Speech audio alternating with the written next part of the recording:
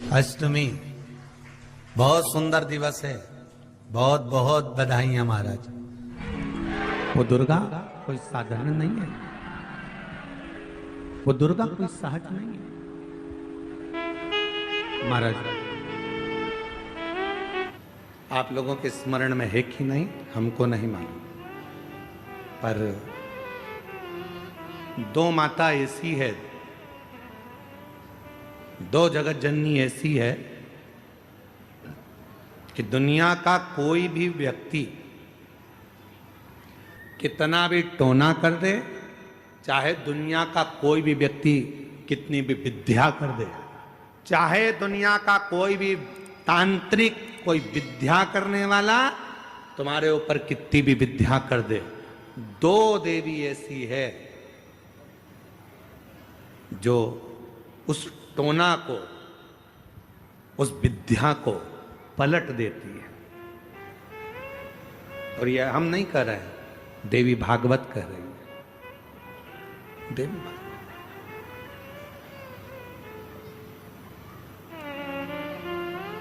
काली पुराण में भी इसका वर्णन आता है, देवी भागवत में भी इसका वर्णन आता है। दो देवी ऐसी हैं जो कोई अपने ऊपर अगर विद्या कर रहा है और वो दो देवी का स्मरण कर लिया जाए, उन दो देवी का नाम लेकर मात्र शंकर के शिवलिंग के सामने जो अशोक सुंदरी वाली जगह होती है, वहां पर अगर इन दो देवियों का नाम लेकर अगर जल चढ़ा दिया जाए तो किसी ने अगर विद्या करी भी होती है तो पलट जाती है। कोई कितना भी बड़ा तुम्हारे लिए तंत्र मंत्र कर रहा हो, वो तुरंत पलट जाता है, एक क्षण नहीं लगता और उनका नाम लेने से ही पलट जाता है। दो देवी, एक प्रत्यग्रा माता, एक है प्रत्यग्री माता और दूसरी है दंतेश्वरी माता, जिसका काली पुराण में विशेष वर्णन लिखा।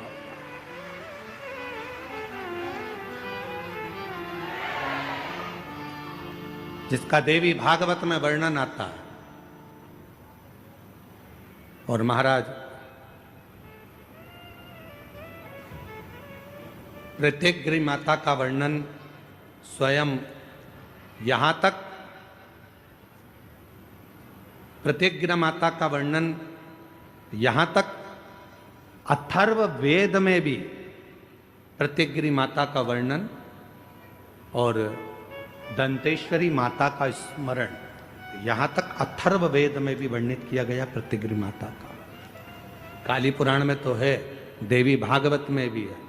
ये जो दो देवियां हैं, एक प्रत्यग्री माता और दूसरी, जमके बोलो जमके बोलो, दंतेश्वरी माता। ये दो माता ऐसी हैं, अगर भगवान शंकर का ये शिवलिंग है, ये जलाधारी है, माता पार्वती जी का हस्तकमल, और यहां सामने एक मोटी सी लाइन होती है अशोक सुंदरी का स्थान, इधर गणेश जी, इधर कार्तिकेय जी।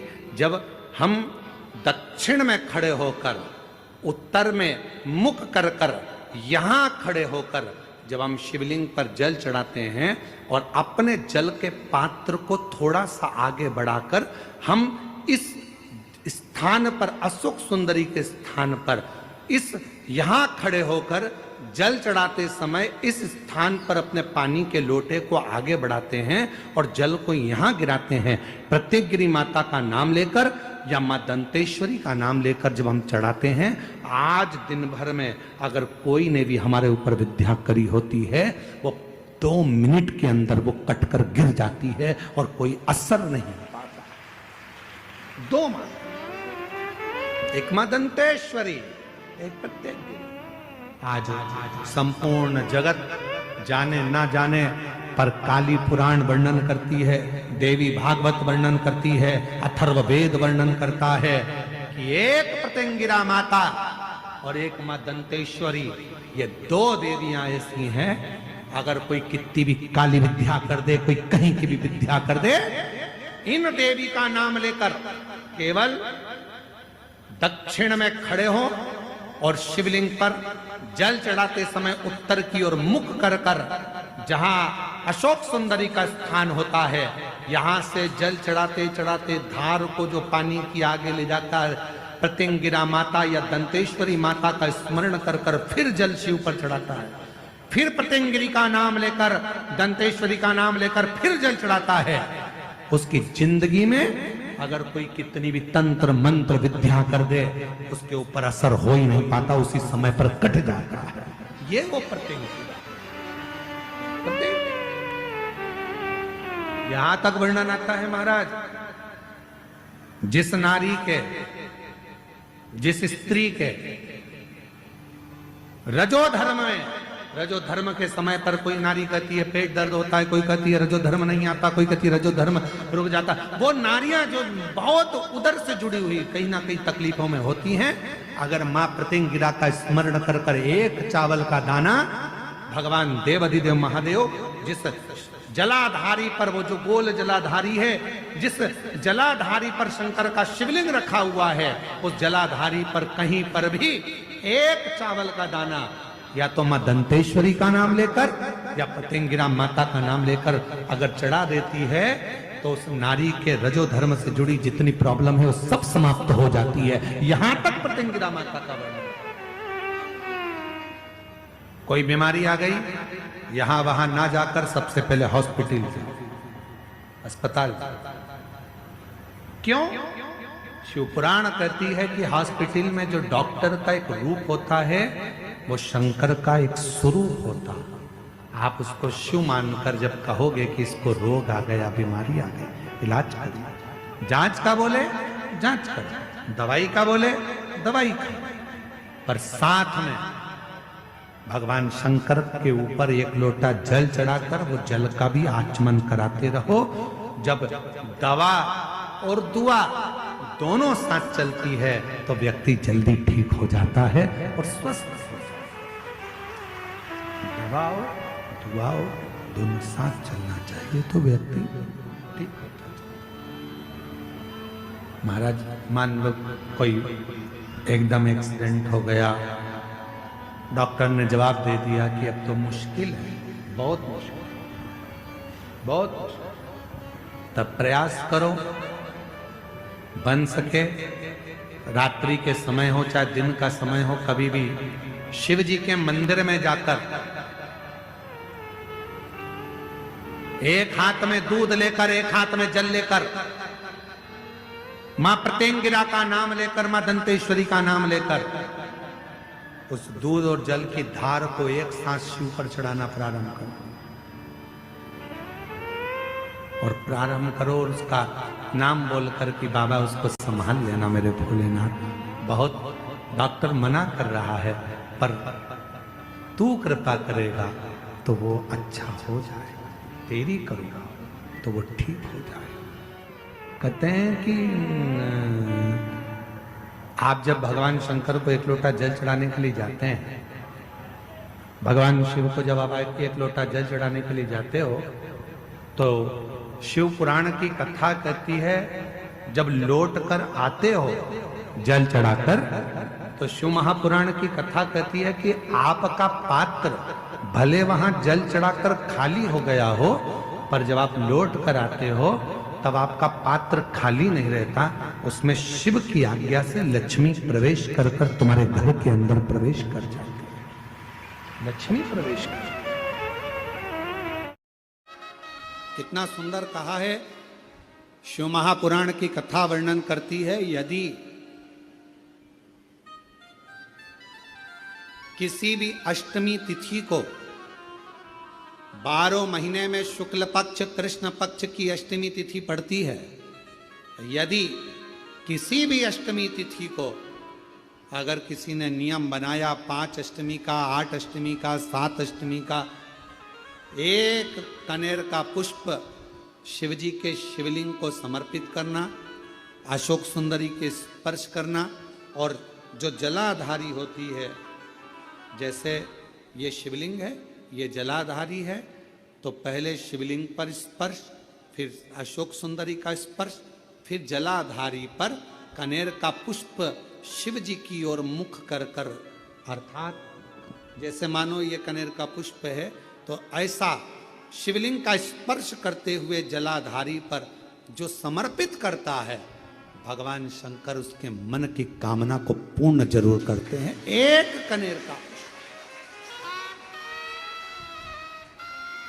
कनेर का पुष्प मां श्रृंगार कर रही है। कनेर के पुष्प से माता सती श्रृंगार कर रही है। पहले जटा का श्रृंगार किया, बड़ा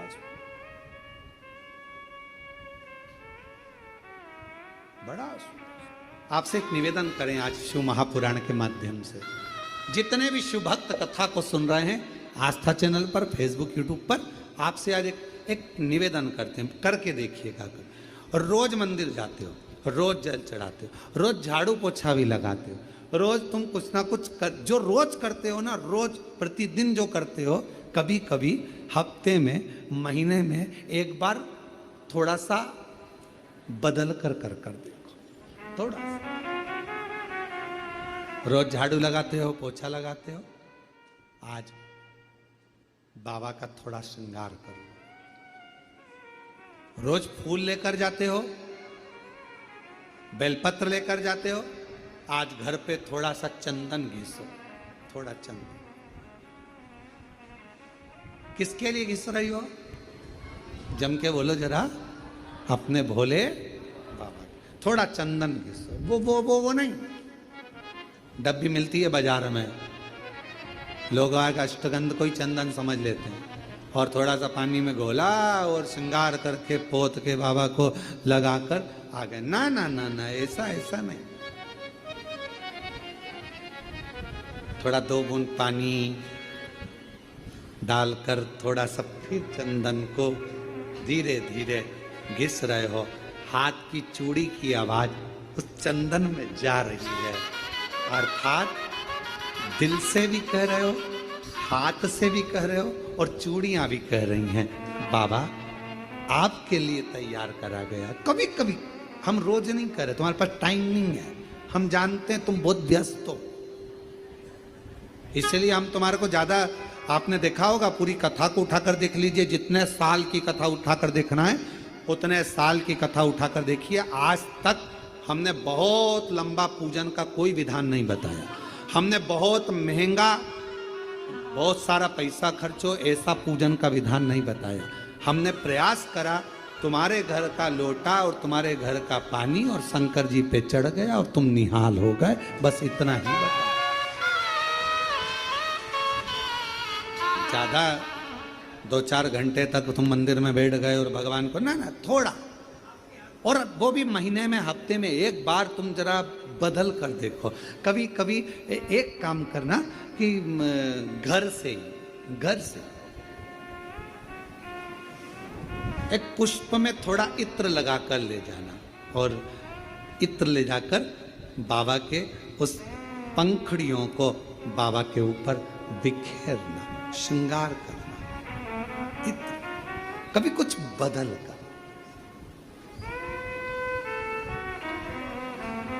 कभी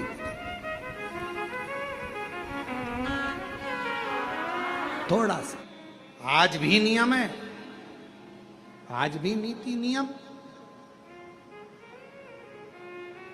जिसके घर में संपदा की कमी होती है, जिसके घर में कर्जा बढ़ जाता है, लक्ष्मी नहीं आती, बहुत टेंशन की जिंदगी जीता है मनुष्य, व्यापार चल नहीं रहा, बहुत तकलीफ का जीवन चल रहा होता है, तो आज भी नियम है महाराज, आज भी नियम। शहद रखकर, मधु रखकर यदि लक्ष्मी जी का स्मरण किया जाए और माता लक्ष्मी जी का स्मरण कर कर एक लाल पुष्प उस कटोरी के सम्मुख में माता लक्ष्मी का नाम लेकर रखा जाए, और बाद में वही शहद, वही मधु और वही पुष्प सोमवार का दिन और शुक्रवार के दिन लक्ष्मी का पूजन कर कर, स्मरण कर कर, दूसरे दिन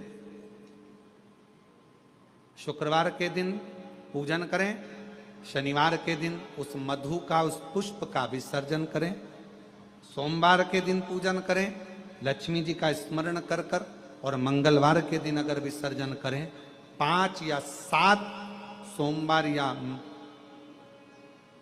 शुक्रवार को यदि आप मधु का भोग लक्ष्मी जी को लगाना प्रारंभ कर दें, शिव का नाम स्मरण कर कर, तो उसके घर में कभी संपदा की कमी नहीं होती, लक्ष्मी उस संपदा को बढ़ाती है, बढ़ाती है।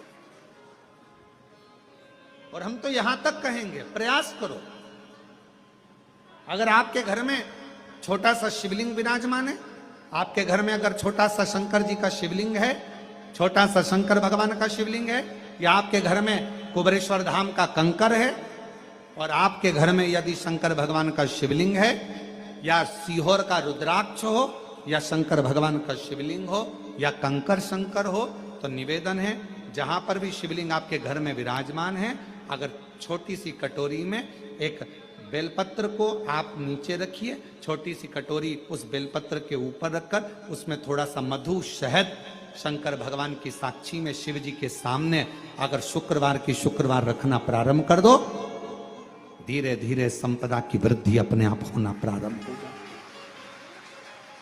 मधु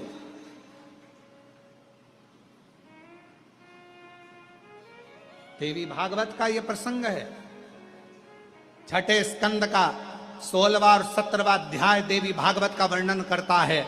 मां लक्ष्मी पृथ्वी पर आ गई, रात्रि को देखा कहीं स्थान नहीं, एक बूढ़ी के स्थान पर, बूढ़ी के दरवाजे पर जाकर विनय करी, शहद मधु पाने को मिला, वर दे दिया, मैं तुझे वर देती हूं, तेरे घर में कभी संपदा की कमी नहीं आई। तूने मुझे मधु दिया, तूने मुझे शहद दिया, 56 भोग दीपावली के दिन माता लक्ष्मी को लोग लगाते हैं, ढेरों सारा गुजिया, पपड़िया, बर्फी, चक्की, मठरी, खाजे, पपड़िया सब लक्ष्मी जी को भोग लगाते हैं। पर यदि एक पान के पत्ते पर भी एक बूंद अगर शहद का दीपावली के दिन अगर रात्रि को भी लक्ष्मी को भोग लगा दिया जाए तो कभी संपदा कम नहीं। शुक्रवार का दिन एक पात्र में जल और दूध ले लीजिए, एक पात्र में देसी गाय का दूध, जल उसमें रखकर, और आपके अगर लड्डू गोपाल हो, यदि आपके घर में ठाकुर जी हो, लड्डू गोपाल हो, विष्णु जी का कोई स्वरूप हो, श्री हरि का कोई स्वरूप हो, तो उस पर शुक्रवार के दिन आप संध्या के समय पर दुर्वा डालकर उस दुर्वा से अगर लक्ष्मी जी के नामों का 108 बार उच्चारण कर कर, घी का दिया लगाकर, कैसर के चावल साथ में रखकर केवल उस जल का और दूध का मात्र छींटा देते हो तो उसके घर में कभी लक्ष्मी की कमी नहीं आ सकती, संपदा बढ़ती चली जाती है। 108 बार लक्ष्मी के नाम का मात्र उच्चारण कर लेने पर, भगवान विष्णु के चरणारविंद पर, भगवान विष्णु के चरणों पर केवल उस दुर्वा का, जल का, दूध का सींचन कर देने से भी लक्ष्मी की वृद्धि होती, लक्ष्मी देती। और शुक्रवार के दिन माता लक्ष्मी के लिए अग्नि में आहुति दीजिए।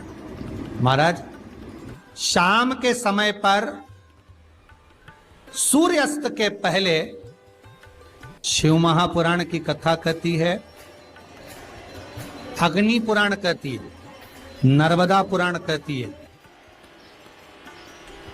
लिंग पुराण कहती है कि बेलपत्री के वृक्ष के नीचे, नीचे तो नीचे वो भी जाने तो यहां तक वर्णन किया शिव महापुराण में तो कि बेलपत्री का जो फल होता ना, बेल फल जो होता है, कहते हैं अगर किसी व्यक्ति के यहाँ लक्ष्मी की कमी होती है, संपदा की कमी होती है, जिसके यहाँ पैसा नहीं आता, धन नहीं आता, तो बेल का जो फल होता है, बेलपत्री का जो फल होता है, उस फल के गूदे को, बेलपत्री के फल का गुर्दा निकाल लो, सुखा लो, गाय के घी में उसको डुबो लो, और शुक्रवार के दिन माता लक्ष्मी के लिए अग्नि में आहुति दीजिए।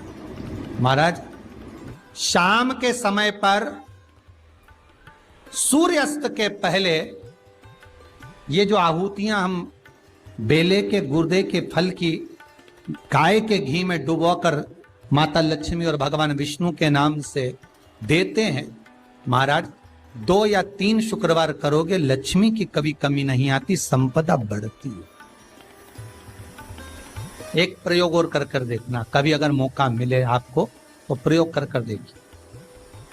लिंग पुराण के अंदर लिखा हुआ है, शिव पुराण में, लिंग पुराण में और स्कंद पुराण में कहा गया है कि अगर किसी ने बेले के फल को, बेले के फल का अगर थोड़ा सा भी गुर्दा पाया है, बेले के फल को खाया हो या बेल का रस पिया हो या बेल के फल का जूस पिया हो, अगर वो व्यक्ति का अनायास किसी कारणवश प्राण भी छूट गए हो, तो शिव महापुराण की कथा कहती है कि 27 दिन तक वो बेल के फल का रस उसके नस नस में रहता है, तो उस व्यक्ति को यम नहीं छूते, वो कैलाश पर निवास करता है। मर भी जाता है तो अधोगति में नहीं पड़ता, नरक नहीं भोगता, वो बैकुंठ पद का कामी हो, बैकुंठ का निवासी।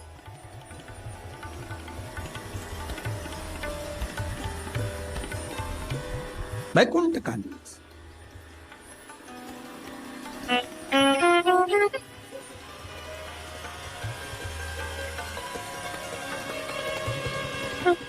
ये जो शिव जी को चढ़ती बेलपत्री हुई, शमी पत्र हुआ, मदार का पुष्प, आंकड़े का जो पुष्प हुआ, ये सब साधारण नहीं है साथ। शंकर का एक एक गुण तत्व ग्रहण करने वाले, शंकर का अनुमोदन करने वाले, शिव को एक एक वस्तु जो चढ़ने वाली साधारण नहीं।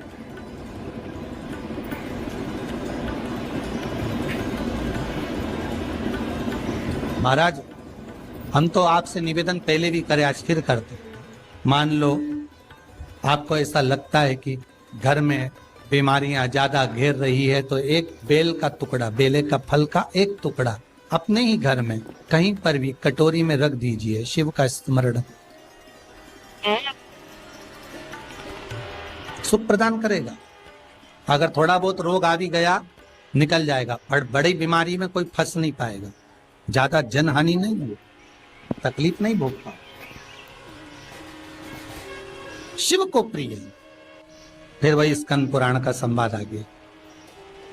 बेल पत्री के वृक्ष की जो जड़ होती है, उस जड़ के अंदर 33 कोटि देवताओं का निवास होता है। 68 करोड़ तीर्थ बेलपत्री के पेड़ के नीचे रहते हैं। 68 करोड़ तीर्थ मात्र बेलपत्री की छांव में, बेलपत्री के नीचे विराजमान होते हैं। अगर आपके मन में कभी कभी भाव उत्पन्न हो जाए ना कि मेरे को कहीं तीर्थ करने जाना है और अभी मौका नहीं मिल रहा, तीर्थ जाने का, अभी तो लॉकडाउन चल रहा है और अभी सब दूर बीमारी फैली हुई है, कहीं नहीं जा सकते, तो जब लॉकडाउन हट जाए, बीमारी समाप्त हो जाए और तीर्थ जाने का मन करे, तो किसी बेलपत्री के पेड़ के नीचे 5 मिनट जाकर बैठ जाए।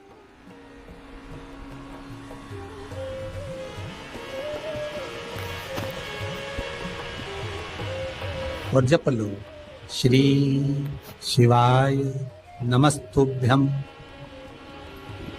जितने बैठे हो टीवी के सामने प्रेम से बोलो, श्री शिवाय नमस्तुभ्यम। जितने टीवी के सामने बैठे और फिर से बोलो, श्री, साथ में बोलो, आगे आगे नहीं, श्री शिवाय नमस्तुभ्यम। एक मंत्र मैं तुम्हें देता हूं, दुनिया के लोग उसे संजीवनी मंत्र कहेंगे। ये वो मंत्र रहेगा जिस मंत्र का जाप तुम किसी मरे हुए व्यक्ति पर भी करोगे तो वो जीवित होकर बैठ जाएगा। संजीवनी मंत्र भगवान शंकर ने शुक्र को प्रदान कर दिया।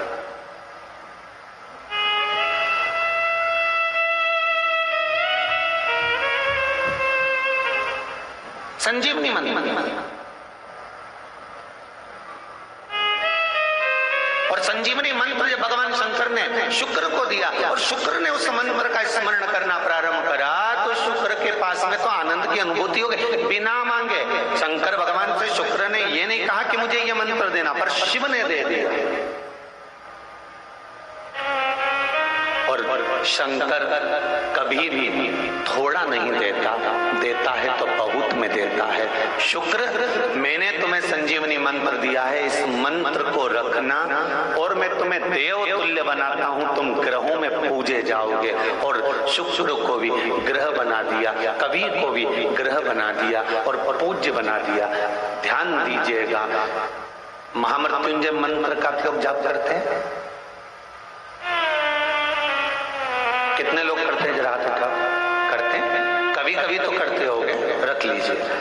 महामृत्युंजय मंत्र का यदि आप जाप करते हो और आपको मालूम पड़ गया कि शरीर में मुझे ये रोग हो गया है, मुझे शुगर हो गया है, मुझे बीपी हो गया है, मेरा ब्लड प्रेशर ऊंचा नीचा रह रहा है, कोई भयंकर रोग, मेरे रिश्तेदार को कोई कैंसर जैसा रोग हो गया, किसी को कोई थायराइड हो गया, किसी को कोई किडनी और लीवर में सूजन हो गई, किसी को कहीं किडनी और लीवर में तकलीफ हो गई, तो शिव महापुराण की कथा कहती है, नवग्रह शिव महापुराण की कथा कहती है कि बेलपत्री के वृक्ष के नीचे महामृत्युंजय मंत्र का जाप जो शुक्रवार की शुक्रवार घी का दिया लगाकर करता है, उसके रोग बाबा देवाधिदेव महादेव समाप्त करते चले जाते हैं। ये संजीवनी मंत्र शुक्रवार के दिन भगवान शंकर को शुक्र को दिया था, इसलिए उसकी प्रधानता है।